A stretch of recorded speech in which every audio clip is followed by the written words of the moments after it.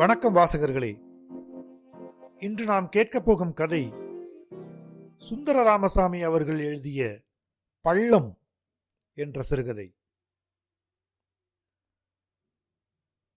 அன்று எங்கள் கடைக்கு விடுமுறை. வாரத்தில் ஒரு நாள். ஆனால் அன்றும் போக வேண்டி வந்தது. அடக்கமில்லாத முரட்டுச் சாவியை தூக்கிக் கொண்டு புறப்பட்டேன். மனத்திற்குள் அழுது கொண்டே தெருவில் இறங்கி நடந்தேன். இந்த ஒரு நாளையாவது எனக்கென்று வைத்துக் கொள்ள வேண்டும் என்று ஆசை. நாட்களை எண்ணி பொறுமை கெட்டபின் சாவகாசமாக வரும் 7வது நாள். நான் ஒத்தி போட்டவைகளையும் செய்ய ஆசைப்பட்டவைகளையும் தன்னுள் அடக்கிக் கொள்ள முடியாமல் திணறும் நாள்.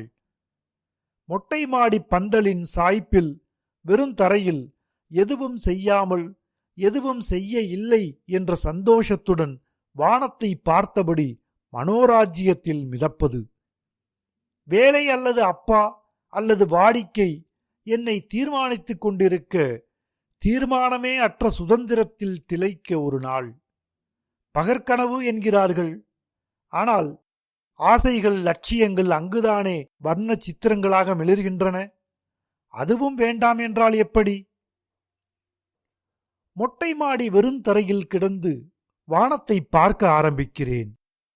பின் எப்போது என்று தெரியாமல் வானமும் மொட்டை மாடியும் செடிகொடிகளும் என் இரத்த பந்தங்களைச் சுற்றிச் சுழலும் நினைவுகளும் அற்றுப்போய் மனக்காட்சியில் நான் கதாநாயகனாகச் சுழல என்னைச் சுற்றி சூரிய சந்திர மண்டலங்கள் கும்மியடிக்கின்றன. பூத்துச் சொரிகின்றன ஆசைகள். மாலை தொடுக்க மெல்லிய மேகங்களை உடுத்திக் கொண்டிருக்கும் பெண்கள் மிதந்து வருகிறார்கள். பின்னால் நினைத்து பார்த்தால் வெட்கமாயிருக்கும். இப்படி கேவலப்பட்டு போய்விட்டோமே என்று இருக்கும். சில சமயம் வருத்தம் பொத்துக்கொண்டு வரும். நல்லவேளை என் பகற்கனவுகள், அந்த வர்ண திரைக்காட்சிகள் வேறு யாருக்கும் தெரிவதில்லை. அதில் ஒரு ரீல் பார்த்தால் கூட எல்லோரும் என்னை காரி உமிழ்ந்து விடுவார்கள். 10 சட்டம் பார்த்தால் போதும். இந்த நாயை வீட்டில் வைத்துக் கொண்டிருக்க யோகியதை இல்லை என்பார் அப்பா. நீங்கள் நினைப்பது சரிதான் அப்பா, சரிதான். என் கற்பனைகள் ஒன்றும் நிறைவேற மாட்டேன் என்கிறதே. நான் என்ன செய்யட்டும்? ரொம்ப வேண்டாம், 1/4 பங்கு நிறைவேறினால் போதும். அப்புறம் ஒரு வார்த்தை சினுங்க மாட்டேன். உங்களை பற்றியோ, அம்மாவை பற்றியோ, கடவுளை பற்றியோ. நான் வேலை செய்யும்போது சந்தோஷமாக இருந்தால் கடவுள் இருந்தால் என்ன, இல்லாமல் போனால் என்ன? ஒரு வார்த்தை முணுமுணுக்க மாட்டேன். எந்த நுகத்தடிக்கு வேண்டுமென்றாலும் புன்னகையுடன் தோள் கொடுப்பேன். 1/4 பங்கு நிறைவேறினால் போதும் அப்பா, வெறும் 1/4 பங்கு. ஒரு நாள் முழுசாக என் கையில் வந்து விழுவது, அதை கொஞ்சம் கொஞ்சமாக தீர்ந்து விடுமே என்ற கவலையில் நான் குறித்து கொண்டிருப்பது பொறுக்குமா அப்பாவுக்கு? விடுமுறை நாளில் இரத்தமும் சதையுமாய் அவர் வீட்டில் உட்கார்ந்து கொண்டிருப்பதற்கு ஒரு அர்த்தம் வேண்டாம்? போடா, போய் அந்த சேலம் கட்ட உடைச்சு விளபோடு என்றார் அவர். எனக்கு மிகவும் கஷ்டமாக இருந்தது. அது ஒன்றும் அப்படி பெரிய வேலை இல்லை. அந்த உருப்படிகள் விற்பனைக்கு அவசரமாக தேவையும் இல்லை. மறுநாளோ அதற்கு மறுநாளோ கூட போட்டுக்கொள்ளலாம். 1/2 மணி நேரத்தில் சரியான கையால் நின்றால் இன்னும் குறைவாக கூட செய்துவிடக்கூடிய வேலை. அது போதும் என்று வைத்துக்கொண்டால் நான் வீட்டிலல்லவா இருப்பேன். சும்மா இருந்து விட்டால் கூட குற்றமில்லை. சும்மாவும் இருக்க மாட்டேன் என்கிறேனே, அதுதான் கஷ்டமாக இருக்கிறது அப்பாவுக்கு. என் புத்தக அலமாரியை அடுக்க ஆரம்பிக்கிறேன். தரை பூராவும் பறந்து கிடக்கும் புத்தகங்கள் அப்பாவை என்னென்னவோ செய்து விடுகின்றன. என்ன செய்வது? இவ்வளவு பெரிய துன்பத்துக்கு அவரை ஆளாக்குகின்றன என்பதை கண்டுபிடிக்கவும் முடியவில்லை. இலக்கிய நண்பன் என்னை தேடிக்கொண்டு வந்து விடுகிறான். அறைக்குள்ளேயே அடைந்து கிடந்து இருள் சூழ்ந்த பின்பும் விளக்கு போட்டுக் கொள்ளாமல் மிதமிஞ்சிய லகரியுடன் வெறியுடன் பேசிக் கொண்டிருக்கிறோம். அவ்வப்போது நண்பன் வெளியே போய் தம் இழுத்து விட்டு வருகிறான். பேச்சு பேச்சு. என்னதான் பேசிக்கொள்கிறார்களோ என்று அப்பா அம்மா முதல் கைக்குழந்தை வரை கேட்டிருக்கிறார்கள். யாரும் இந்த கேள்விக்கு சரிவர பதில் சொல்லவும் மாட்டேன் என்கிறார்கள். அப்படியே என் நண்பன் வரவில்லை என்றாலும் அவன் அநேகமாக வராமல் இருப்பதில்லை. அம்மாவை தேடிக்கொண்டு போகிறேன். அவளுடைய கட்டிலின் ஒரு மூலையில் ஒண்டிக்கொண்டு நோபல் பரிசை பிடுங்கிக் கொள்ளப் போகிற என் நாவலின் கதையை நான் சொல்ல அவள் சுவாரஸ்யமாக கேட்க, அந்த இடத்தில் அக்காக்கள், தங்கை, அக்கா குழந்தைகள் எல்லோரும் கூட பேச்சும் சிரிப்பும் கலகலப்புமாகி அங்கு நான் ஒரு கதாநாயகன் மாதிரி ஜொலித்துக் கொண்டிருக்கும் போது அப்பா தனியறையில் தனிமை வதைக்க படித்து முடித்த ஹிந்து பத்திரிகையை மாறி மாறி மடித்துக்கொண்டு நாட்காலியில் உட்கார்ந்து கொள்வதும் மீண்டும் வராண்டாவில் உலாவுவதும், அப்பப்பா, ஒரு விடுமுறை நாள் என்னென்ன பிரச்சனைகளை கிளப்புகின்றன. டேய், போய் சேலம் கட்ட உடைத்து விலை போடு என்கிறார் அப்பா. கூட என்கிறேன். மது குஞ்சுமை வரச் சொல்லியிருக்கிறேன் என்கிறார். இதை கேட்க கேட்க எனக்கு மிகச் சங்கடமாக இருக்கிறது. இது ஒரு தந்திரம். எனக்கு தெரியாமல் வேண்டாம் என்று சொல்லக்கூட சந்தர்ப்பம் தராமல் மதுக்குஞ்சுவை வரச் சொல்லியிருக்கிறார். வீட்டுக்கு வரச் சொல்லியிருந்தால் இப்போது கூட வேண்டாம் என்று நான் அவனை அனுப்பி வைக்க முடியும். இது தெரியாதா அப்பாவுக்கு? அதனால்தான் நேராக கடைக்கு வரச் சொல்லியிருக்கிறார். இப்போது அவன் வந்து காத்து கொண்டிருப்பான். இனிமேல் ஒன்றும் செய்ய முடியாது, சேலம் கட்டை உடைப்பதை தவிர.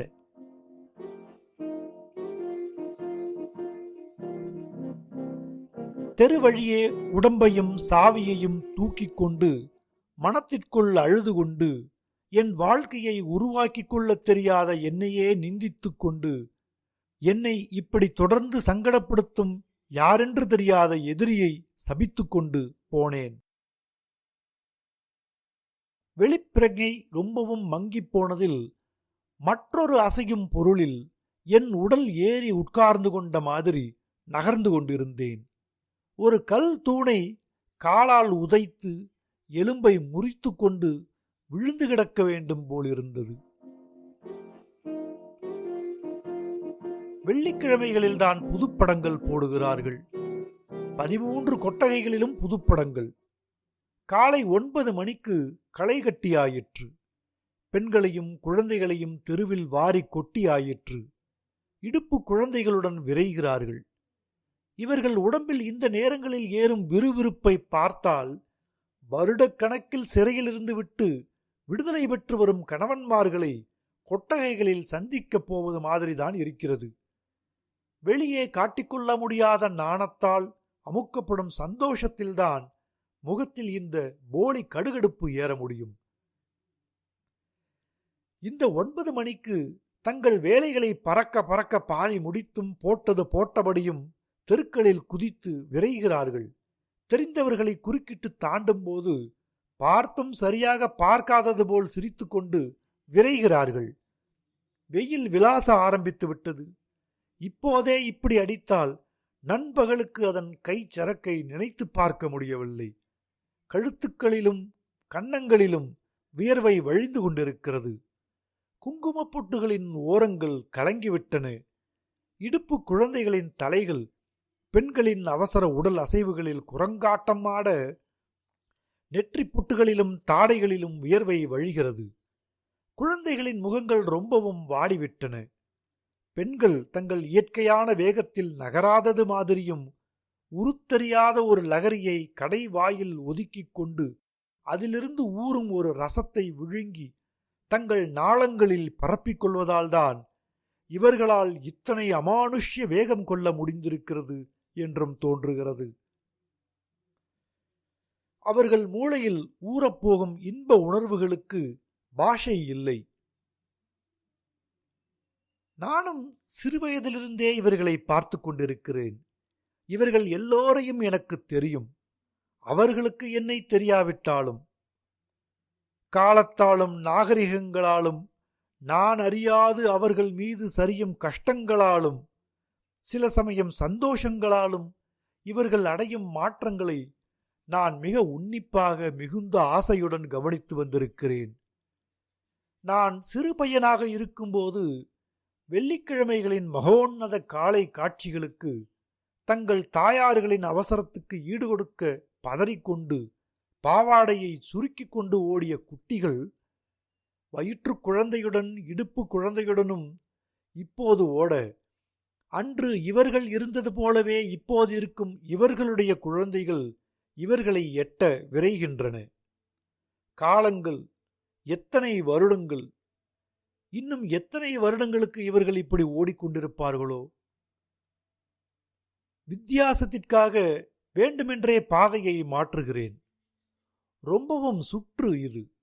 அப்பாவுக்கு தெரியாத சந்துகள். கண்களை கட்டி இதில் ஏதாவது ஒன்றில் கொண்டு அவரை விட்டால், இது எந்த ஊர் என்று நிச்சயம் கேட்பார். அவருக்கு கடைக்கு ஒரு பாதைதான் உண்டு. அந்த பாதை வழியாகத்தான் அவர் 23 வருடங்களாக, அதற்கு மேலும் இருக்கும், போய்கொண்டிருக்கிறார். நான் சுற்றி போகிறேன். சந்துகள் வழியாக, மோசமான சந்துகள் வழியாக. இந்த சந்திலுள்ள குடியிருப்புகள், ஆட்கள், முக்கியமாக பெண்கள், இந்த தெருக்களில் உள்ள வேசிகள், அரைவேசிகள், அவர்கள் ஒவ்வொருவருடைய முகங்களும் அவர்களுடைய குழந்தைகளின் முகங்களும் எனக்கு தெரியும். இந்த வீடுகள் முன் வாசல்கள். அன்னமை நாடாத்திக்கு ஒரு கோலம்தான் தெரியும். 3 ஜிலேபிகள் பிழிந்து வைத்து விடுகிறாள் கோலப்பொடியில். சண்டைகள், சச்சரவுகள், கெட்ட வார்த்தைகள். அவர்களுடைய முகங்கள் எனக்கு அழுக்கவே இல்லை. இவர்களுடைய ஒழுங்கற்ற தன்மையை நம்பித்தான் நான் என் ஜீவனை சுமந்து கொண்டிருப்பதாக, அப்பாவுடைய ஒழுங்கிலிருந்து என்னை தற்காத்து கொண்டு வருவதாக படுகிறது. அப்பா காலையில் 5 மணிக்கெல்லாம் எழுந்து நடக்கப் போய்விடுகிறார். 7 மணிக்கெல்லாம் காலை கடன்கள், குளியல், காலை உணவு எல்லாம் முடிந்துவிடும். ஹாலின் நடுவில் வெளிவாசல் கதவை யாரேனும் திறந்தால் தெரியும்படி சம்மணங்கட்டி தரையில் உட்கார்ந்து கொள்கிறார். காலையில் முதலில் எழுந்த ஒரு கை குழந்தை அவசரமாக தலை சீவி பவுடர் போட்டு கண்ணுக்கு மையிட்டு சட்டைக்குள் திணித்து ரெடி பண்ணப்பட்டிருக்கும். அக்கா அல்லது தங்கை அல்லது சமையல் மாமி கதவின் பின்பக்கம் காத்து கொண்டிருந்து குழந்தையை அவர் மடியில் கொண்டு வந்து போடுகிறார்கள். குழந்தையுடன் கொஞ்ச ஆரம்பித்து அந்த கொஞ்சலில் ஒரு வெறி ஏறி லகரி பிடித்து தன்னை மறந்து, தன் உடம்பை மறந்து, தன் பெயரை மறந்து கொஞ்சுகிறார். எத்தனையோ விதமான சப்தங்களை அவர் எழுப்புகிறார். தோள் துண்டு நழுவி விழுந்துவிட்டால் கூசி குறுகி உள் வருத்தம் கொள்கிறவர். மணி 8 அடிக்கிறது. அவருடைய சந்தோஷம் கலைகிறது. விரல்களை நீட்டி மணி சரியாக அடிக்கிறதா என்று சரிபார்க்கிறார். ஒவ்வொரு காலத்துக்கு ஒவ்வொருத்தன் என்றாலும் எப்போதும் ஒரு சிஷ்யன் அவருக்கு கனகச்சிதமாக அமைந்து கொண்டிருக்கிறான். கேட்டை திறந்து கொண்டு அவன் உள்ளே வருகிறான். இப்போது யாராவது அவசரமாக போய் குழந்தையை வாங்கிக் கொள்ள வேண்டும். அப்பா சாவியை எடுத்துக்கொள்கிறார். 8:30 மணிக்கு கடை திறக்கப்படுகிறது. சிஷ்யன் பின்னறையை சுத்தப்படுத்துகிறான். அந்த பின் அறைக்குள் நுழைந்து அவருடைய நாட்காலியை போய் அடைந்ததும் அவருக்கு ஒரு இதம் ஏற்படுகிறது. அந்த அறையில் அவர் வேலை பார்க்கும்போது, பேரேடுகளை திருப்பும்போது, ஃபைல்களை புரட்டும்போது, கடிதங்கள் எழுதும்போது, கவலையில் ஆழ்ந்திருக்கும்போது, கோபத்தில் கொதித்து கொண்டிருக்கும்போது எத்தனையோ தடவை அவரை மிக கூர்மையாக கவனித்திருக்கிறேன். எந்த மனநிலையில் இருந்தாலும் அந்த அறை அவருக்கு மிக அவசியமான ஒரு பாதுகாப்பை கொடுப்பது மாதிரி எனக்கு தோன்றுகிறது. அங்கு வந்து சேருவதற்கும் அந்த அறையின் சூழ்நிலையில் தன்னை முடிந்த மட்டும் கரைத்து கொள்ளவும் தான் மற்ற சகல காரியங்களையும் அவசரமாகவும் படபடப்புடனும் அவர் செய்து முடிப்பதாக எனக்கு தோன்றுகிறது. அந்த அறை அவருக்கு வர முடியாமல் போகும் நாளை என்னால் நினைத்து பார்க்க முடியவில்லை. அதுதான் அவருடைய உண்மையான மரணமாக இருக்கும். அப்பாவுக்கு தெரியாத சந்துகள் வழியாக போகும்போது எனக்கு மிகவும் சந்தோஷமாகத்தான் இருக்கிறது.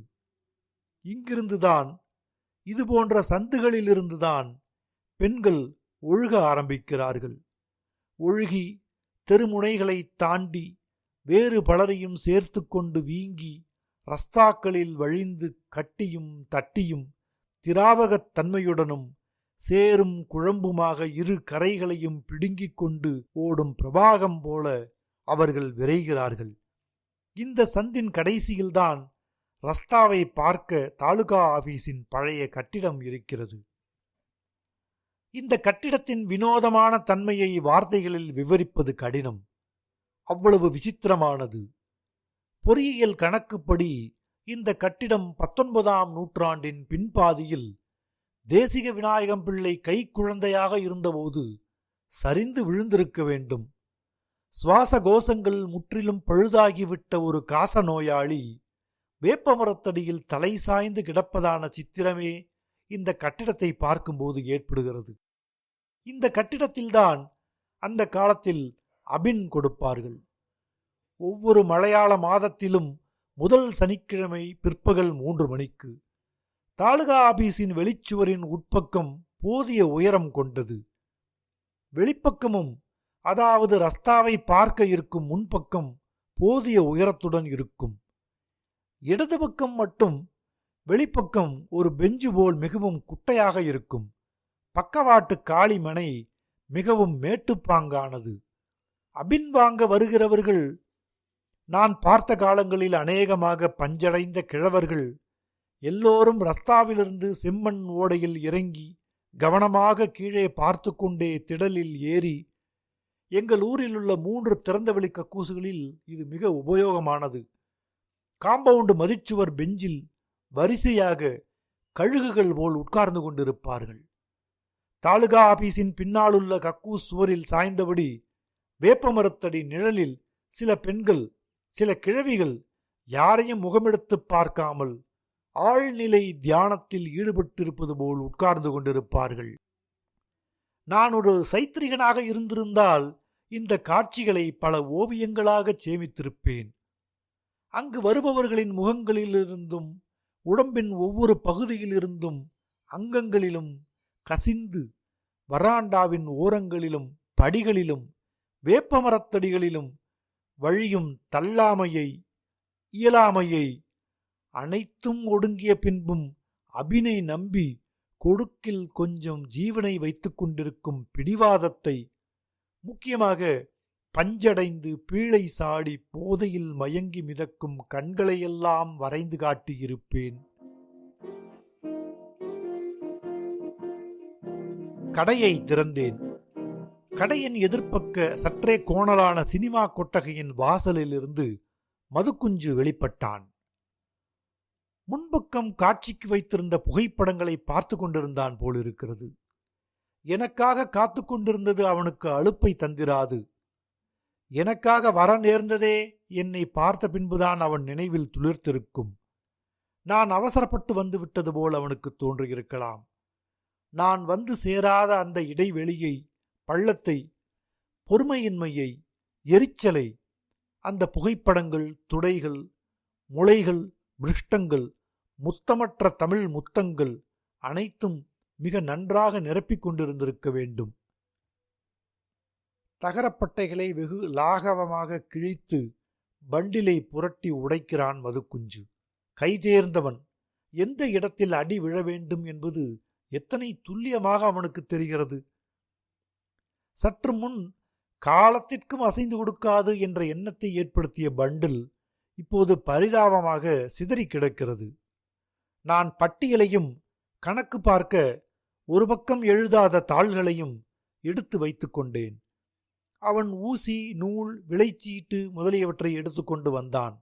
உருப்படிகளை கவுண்டரில் வைத்து மொத்த எண்ணிக்கையை சொல்லி ஒத்துக்கொண்டு விட்டு, எண்ணம் முதல் தடவையே சரியாக வந்துவிட்டது. தரம் பிரிக்க ஆரம்பித்தான். நான் ஒரு பக்கத்தாளில் விற்பனை விலையை கணக்கு பார்க்க ஆரம்பித்தேன். மதுக்குஞ்சு ஆர்டர் ஃபைலிலிருந்து ஆர்டரை தனியாக எடுத்து சரக்கு சரியாக வந்திருக்கிறதா என்று பார்த்து கொண்டிருந்தான். காதில் சொருகியிருந்த ஆட்டுப்புழுக்கை பென்சிலால் டிக் போட்டுக்கொண்டு வந்தான். நான் விலைச்சீட்டுகளை எழுதி அவனிடம் தந்தேன். மின்சாரம் இல்லை. எங்கோ பழுது பார்க்கும் வேலை நடக்கிறது போலிருக்கிறது. காலை தூக்கி நாற்காலியில் வைத்து கொஞ்சம் இதப்படுத்திக் கொண்டேன். தலையை திருப்பி ஷோகேஸ் கண்ணாடியின் பின்னால் தொங்கிக் கொண்டிருந்த சேலைகளின் இடைவெளி வழியாக தெருவை கவனித்தேன். நெரிசல் தளர்ந்து விட்டது. எல்லோரையும் இழுத்து தன் அடிவயிற்றில் அமுக்கிக் கொண்டு விட்டன இந்த கொட்டகைகள். உடல் பூராவும் எண்ணற்ற முளைகள் கொண்ட மலைபோல் விழுந்து கிடக்கும் ஒரு ராட்சசியின் உடம்பில் லட்சக்கணக்கான மூஞ்சூறுகள் கொசு கொசுவென்று ஒன்றின் மேல் ஒன்று புரண்டு கொண்டு பால் குடிப்பது போல் தோன்றிற்று. மடக்கு நாட்காலிகளை ஓரத்தில் ஒதுக்கி தூசி தட்டிய இடத்தில் வாகன முண்டை ஒற்றையாக விரித்தான் மதுக்குஞ்சு. சேலை எடுத்து வாகன முண்டில் பரப்பி விளைச்சீட்டை தைப்பதற்கு வசதியாக வைத்துக் கொண்டிருந்தான். சம்மணங்கட்டி உட்கார்ந்து தைக்க ஆரம்பித்தான். நீ நம்மகிட்ட வந்து எத்தனை வருஷம் இருக்கும் டே மதுக்குஞ்சு என்று கேட்டேன். வருஷம் தெரியல, 10 வருஷம் இருக்கும். ஒரு சித்திர மாசம் 21ஆம் தேதி. மதுக்குஞ்சு லேசாக சிரித்தான். அவன் ஏன் சிரித்தான் என்பது எனக்கு புரியவில்லை.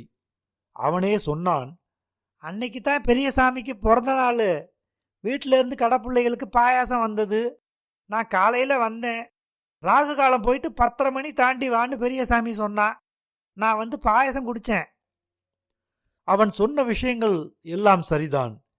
தேதி வருஷம் ஒன்றும் எனக்கு நினைவில்லை. ஆனால் ஒரு சம்பவம் நினைவுக்கு வந்தது.